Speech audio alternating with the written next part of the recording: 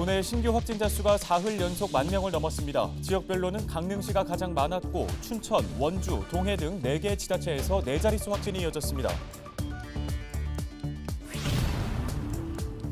최장기 산불로 기록된 강원, 경북 대형 산불 현장에서 모두가 묵묵히 역할을 다했지만 그중 산림청, 산림항공본부 진화일기와 공중진화대원들의 역할이 컸습니다. 그들의 이야기를 들어봅니다. 대형 산불로 특별 재난지역이 선포된 건 모두 5번입니다. 이번 경북 울진을 제외하면 모두 강원 지역이었는데 산불에 가장 취약한 지형적 특성에도 진화일기 부족은 매번 문제점으로 떠오릅니다. 오는 7월 열릴 예정이었던 2022 강릉 세계 합창대회가 1년 연기됩니다. 강릉시와 대회 주관재단인 독일 인터쿨투르는 코로나19의 지속적 확산에 따라 대회 참가자의 안전을 고려해 내년 개최를 결정했습니다.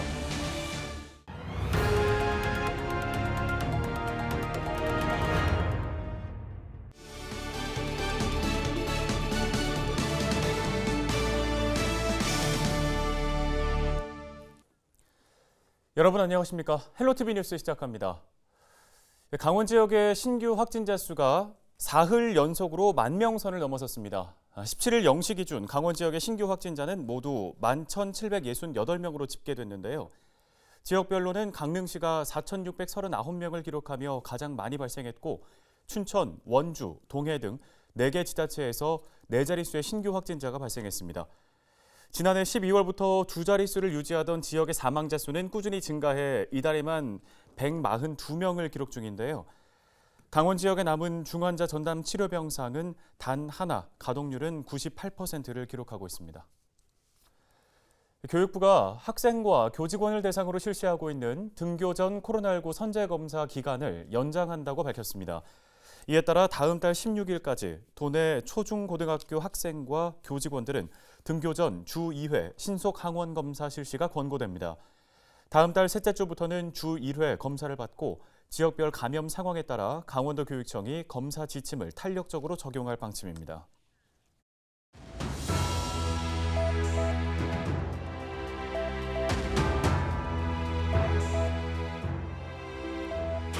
코로나19에 감염됐다가 완치된 사람들을 흔히 슈퍼 면역자라고 하죠. 한 번 감염이 됐으니까 그만큼 면역력도 높아졌을 테고 다시는 코로나에 감염이 안 될 거라고 생각해서 붙인 말일 텐데요. 하지만 엄밀한 의미에서는 틀린 말입니다. 재감염자, 그러니까 한 번 걸렸다가 완치된 후에 다시 코로나에 걸린 사람이 국내에서 247명이나 되는 것으로 파악됐습니다. 비율로 보면은 0.1%도 안 되는 매우 적은 수치지만 방심은 금물이겠죠. 영국의 보건당국은 재감염 비율이 1%에 그쳤지만 오미크론이 나온 뒤에는 10배가 증가했다고 발표하기도 했는데요. 전문가들은 밀폐된 공간의 바이러스의 양과 또 개인별 면역력에 따라서 재감염의 차이가 있다고 설명합니다. 노출되는 바이러스의 양 같은 것이 또 재감염에 영향을 주겠고 또 이제 백신 접종을 하고 나서 자연 감염이 일어나고 나서 좀 어느 정도 시간이 지나게 되면은 감염 자체를 예방해 준 효과는 좀 떨어지고 하지만 이제 걸리더라도 중증화로 진행되는 효과는 좀 상대적으로 오래 가기 때문에 네, 지금까지 코로나 변이 바이러스는 6개월마다 발생했습니다. 최근엔 오미크론에 이어서 스텔스 오미크론의 확산세도 빨라지고 있는데요. 변이 바이러스가 코로나 종식을 늦출 수 있기 때문에 완치가 됐더라도 마스크 착용 등의 방역수칙 준수는 여전히 중요하다고 봐야겠습니다. 데일리 브리핑이었습니다.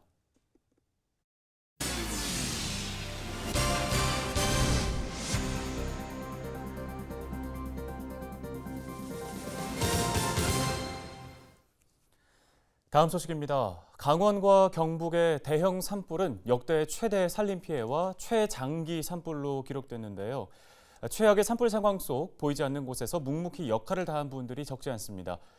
그중에서도 산림청 산림항공본부 진화헬기와 공중진화대원들도 대표적인 숨은 조력자로 꼽힙니다. 어떤 활약이 있었는지 김수아 기자가 취재했습니다.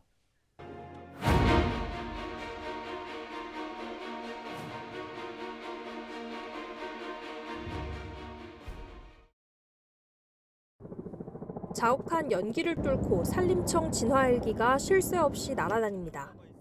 강원 경북 대형 산불을 끄는 데 가장 큰 역할을 한 건 바로 산림청 대형 진화헬기. 헬기 한 대가 실을 수 있는 물의 양은 3,000리터에서 최대 8,000리터. 진화 헬기가 작전에 한 번 투입되면 약 2시간 30분 동안 담수와 진화를 20차례 반복합니다.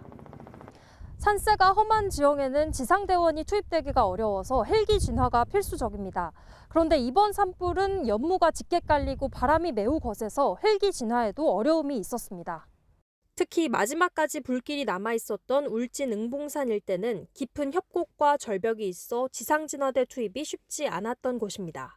강릉 삼척, 울진 지역은 험준한 산악 지역으로 이루어진 헬기에 의한 그 물투하로 화재 진압이 가장 절실을 하고 대형 산불 진화의 또 다른 숨은 조력자는 바로 산림항공본부 공중진화대원입니다. 산 중턱에 불이 남아있는 경우 헬기로 진화대원을 산 정상에 투입해 진화작전을 펼칠 수 있기 때문입니다. 이들은 20kg이 넘는 장비를 지고 물을 뿌리거나 현장에 방화선을 구축하는 등 산불 진화의 최전선에서 사투를 벌였습니다. 헬기가 뜨지 못하는 야간이나 일반 진화대원이 접근하기 어려운 곳에선 이들의 진가가 발휘됩니다. 하지만 유사시에는 산 정상부나 암석지 등 인력이 접근하기 힘든 곳에 헬기 레페를 통해서 투입을 하고 있습니다. 이번 울진 산불 현장에서도 진화가 힘든 소강리 인근 지역에 헬기 레페를 투입하여 잔불 진화 등을 실시하여서 지난 4일부터 13일까지 10일간 강원 경북 대형 산불에 투입된 산림청 대형 진화 헬기는 날짜별로 누적했을 때 272대에 달합니다. 또 산림청 산불 진화대원과 지자체 공무원, 소방, 경찰, 육해공군 및 해병대 군장병 등 누적 인원으로 7만 명 가까운 인력이 투입됐습니다.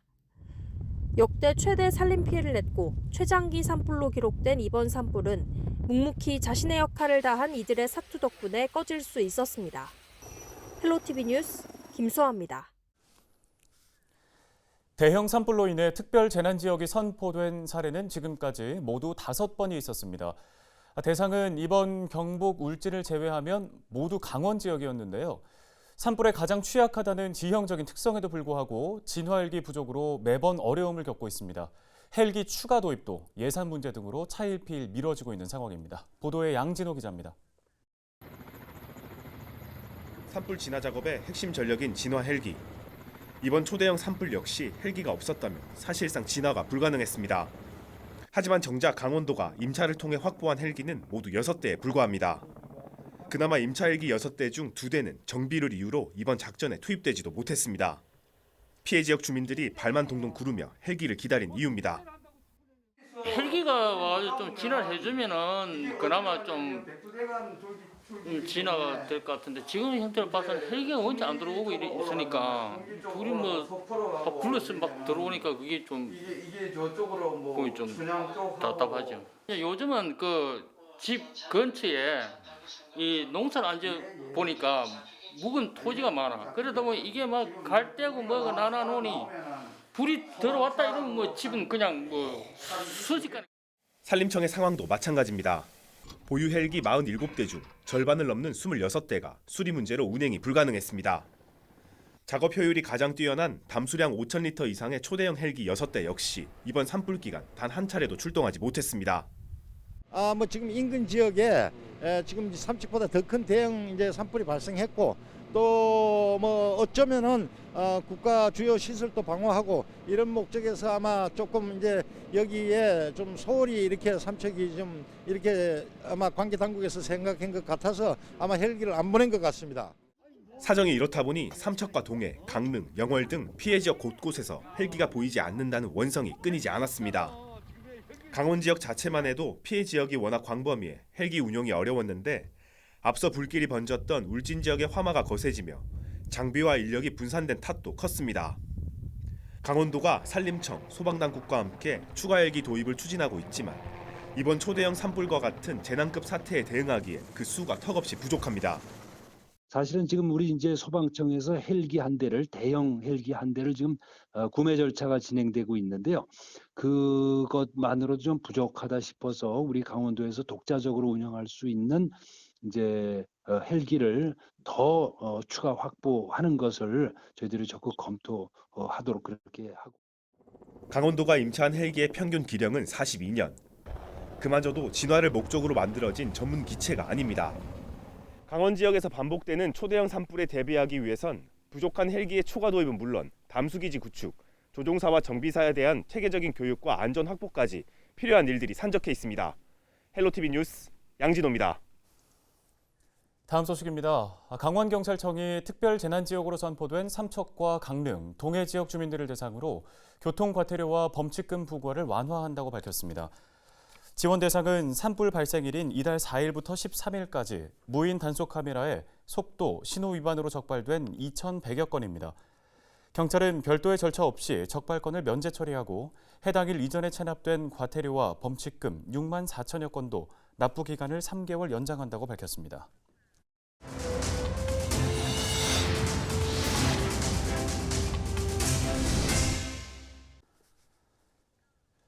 올해 7월에 개최할 예정이었던 2022 강릉 세계 합창대회가 1년 연기하기로 결정됐습니다. 강릉시와 대회 주관재단인 독일 인터쿨투르는 화상회담을 통해 코로나19의 지속적인 확산으로 대회 참가자의 안전 등을 고려해 이같이 결정했다고 밝혔습니다. 이에 따라 제12회 세계합창대회는 2023년 강릉 세계합창대회로 공식 명칭이 변경됐으며 대회는 내년 7월 3일부터 강릉시 일대에서 개최될 예정입니다. 강원 동해안 지역에 17일부터 20일까지 강한 바람과 너울성 파도 유입이 예상됨에 따라 연안사고 예방을 위한 위험예보주의보가 발령됐습니다. 이에 따라 양양, 인구, 죽도 해안 산책로에 대한 출입이 금지되고 해변과 방파제, 해안가 등의 출입이 일부 제한됩니다. 동해지방해양경찰청은 각 파출소 등과 함께 위험 지역을 중심으로 순찰을 강화한다는 방침입니다. 강원도와 춘천시가 다음 달부터 레고랜드 홍보 열차를 운영하기로 했습니다. 강원도와 춘천시, 한국철도공사, 레고랜드 코리아는 17일 강원도청에서 레고랜드 홍보 테마열차 운영 업무 협약식을 개최한다고 밝혔는데요. 이들 기관은 서울에서 춘천 간 ITX 청춘열차의 내외부를 춘천의 대표 관광지와 레고랜드 홍보 이미지로 꾸며 오는 4월부터 운영할 계획입니다. 또 ITX 청춘열차 탑승과 레고랜드 입장 시 할인 혜택을 주는 체류형 관광 상품도 출시하기로 했습니다. 횡성군은 17일 내년 국비 확보를 위한 전략 특강을 열고 내년 국비 확보 체제에 돌입했습니다. 이날 특강에는 기획재정부 안순헌 서기관이 강사로 나서 2023년 국비 확보 전략에 대한 강의를 펼쳤는데요. 횡성군은 올해보다 360억 원 증가한 1,957억 원 확보를 목표로 내년 각종 공모사업 등 국도비 마련에 힘을 쏟을 계획입니다. 강원도 교육청이 18일부터 도내 중학교 3학년과 고등학교 학생들을 대상으로 청소년 인생학교 진로 멘토링 프로그램을 운영합니다. 프로그램에서는 대학 교수와 가수 등이 강사로 나서 문학과 역사, 예체능 분야 진로 강의를 제공하고 진로 컨설팅을 하는 시간이 마련됩니다. 프로그램 참여를 희망하는 학생은 청소년 인생학교 홈페이지를 통해 선착순으로 신청할 수 있습니다. 영월군은 사과, 배 재배 농가를 대상으로 과수화상병 예방 약제를 공급합니다. 이번에 지원되는 농약은 3개 종류, 지역 모든 재배 면적인 134헥타르를 방제할 수 있는 양이며 이번 주 농가에 배부되는데요. 방제 약제를 수령한 농가는 이달 하순에서 다음 달 상순 사이에 1차 방제를 실시하고 향후 과수화상병 정밀 예측 시스템을 통한 약제 살포 일정을 통보받아 추가 방제하면 됩니다. 양구군이 소규모 사업장을 대상으로 대기 오염물질 배출 방지 시설 설치를 지원합니다. 지원 대상은 대기환경보전법 시행령에 따른 4종, 5종 사업장과 양구군 소재 중소기업인데요. 해당 사업장은 후드나 덕트 등의 노후 방지 시설 교체, 사물인터넷 오염 측정기기 설치 비용의 한도 내에서 최대 90%까지 지원받을 수 있습니다. 신청은 양구군청 환경과를 통해 방문 또는 우편 접수할 수 있습니다. 오늘 저희가 준비한 소식은 여기까지입니다. 함께해 주신 여러분 고맙습니다.